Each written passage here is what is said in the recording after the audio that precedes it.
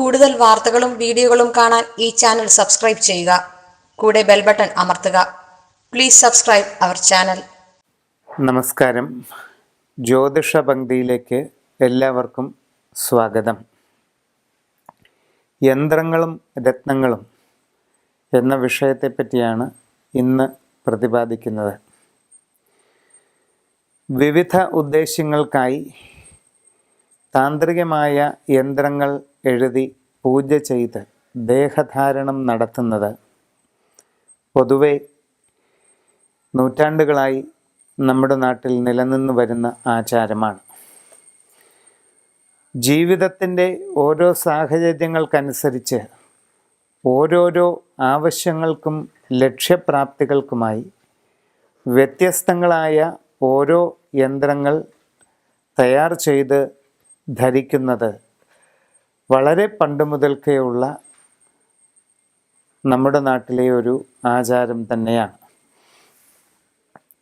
അശ്വതി മുതൽ രേവതി വരെയുള്ള 27 നാളുകാർക്കും അവരവരുടെ ഇപ്പോഴുള്ള ഗ്രഹസ്ഥിതി അനുസരിച്ച് ഉദ്ദേശിക്കുന്ന കാര്യസിദ്ധിക്ക് വേണ്ടിയും തൽക്കാല ക്ലേശ നിവാരണത്തിന് വേണ്ടിയുമൊക്കെ ഏതേത് യന്ത്രങ്ങൾ ധരിക്കാമെന്നും അത് എപ്രകാരം ഉപയോഗിക്കാമെന്നും വ്യക്തമാക്കുകയാണ് ഇന്ന് ചെയ്യുന്നത്.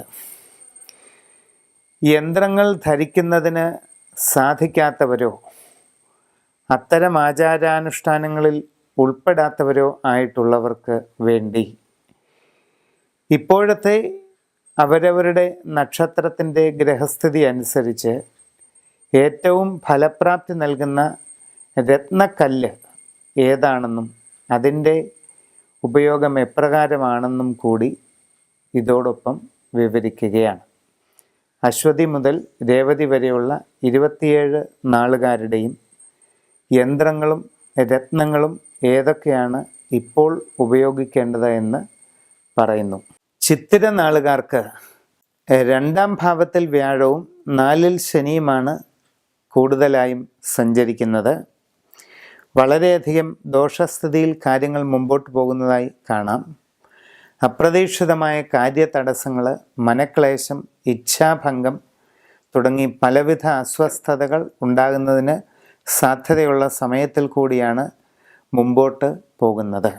ഈ നാളുകാരെ സംബന്ധിച്ച് എല്ലാ പ്രയാസങ്ങളും പരിപൂർണമായി അകലുന്നതിന് തികച്ചും ശാസ്ത്രീയമായ വിധിയിൽ തയ്യാർ ചെയ്യപ്പെട്ടതായ മഹാത്രിപുര സുന്ദരി യന്ത്രം ധരിക്കുന്നതാണ് ഏറ്റവും വിശിഷ്ടം.